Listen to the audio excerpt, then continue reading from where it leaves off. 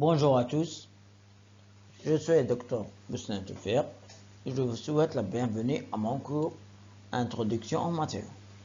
Nous allons ensemble explorer les principaux matériaux et leur utilisation pour comprendre comment une pièce de structure est réalisée. Passons maintenant à la carte conceptuelle de ce cours pour mieux comprendre ce que nous allons apprendre. Ce cours est destiné aux étudiants de première année master en maintenance industrielle. Il vise à vous aider à comprendre les différents types de matériaux utilisés au monde. Pour plus de clarté, vous pouvez consulter la carte conceptuelle suivante. Elle vous donnera un aperçu global de ce module et les chapitres que nous allons aborder dans ce cours.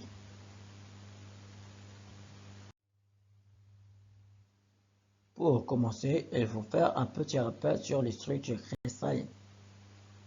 Les structures cristallines sont des arrangements d'atomes, d'ions ou de molécules dans un matériau solide. Elles déterminent les propriétés physiques et chimiques des matériaux, notamment leur densité, leur dureté, leur conductivité électrique et thermique. Dans ce premier chapitre, nous allons explorer la différence entre les structures cristallines parfaites et imparfaites. Voyons maintenant les objectifs de ce chapitre. Les objectifs spécifiques du chapitre 1 sont de connaître les définitions de base des structures cristallines, ainsi que les angles et les vecteurs fondamentaux, et de faire la différence entre les systèmes cubiques, tels que le système cubique simple, système cubique centré, etc. Et en plus de ça, de connaître les structures cristallines parfaites et imparfaites. Commençons par une introduction générale sur les structures cristallines. Les structures cristallines sont des arrangements d'atomes, d'ions ou de molécules dans un matériau solide. Elles déterminent les propriétés physiques et chimiques des matériaux. La connaissance de la structure cristalline d'un matériau est essentielle pour comprendre et prédire son comportement en réponse à des contraintes mécaniques, thermiques ou chimiques. Les structures cristallines peuvent être parfaites ou imparfaites en fonction de la régularité de leurs arrangements. Premièrement, on va voir les structures cristallines parfaites. Dans une structure cristalline parfaite, les atomes, les ions ou les molécules sont disposés de manière ordonnée et répétitive selon des schémas précis. Il existe plusieurs types de structures cristallines parfaites, notamment la structure cubique. La structure cubique, comme montre la figure suivante, est l'une des structures cristallines les plus simples et couramment rencontrées. Elle se caractérise par un arrangement régulier et périodique des atomes, selon un motif cubique. Il existe trois types principaux de structures cubiques. La structure cubique simple, abrégée en CC, la structure cubique centrée, abrégée en CS, la structure cubique à face centrée, abrégée en CFC. Le tableau suivant englobe toutes les structures possibles, ou on les appelle systèmes cristallins. On voit dans ce tableau le nom de chaque système, tel que le cubique, l'hexagonal, tétragonal, monoclinique, triclinique.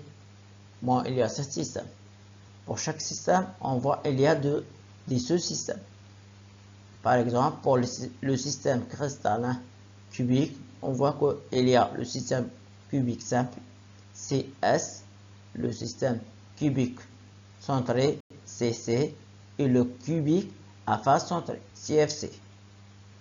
De la même pour les deux systèmes, tétragonal et monoclinique. On voit pour le tétragonal, il y a le tétragonal simple, tétragonal centré.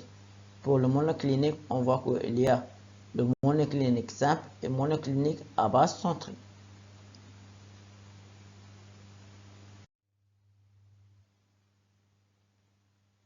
Deux concepts fondamentaux sont à la base de la description de la structure cristalline.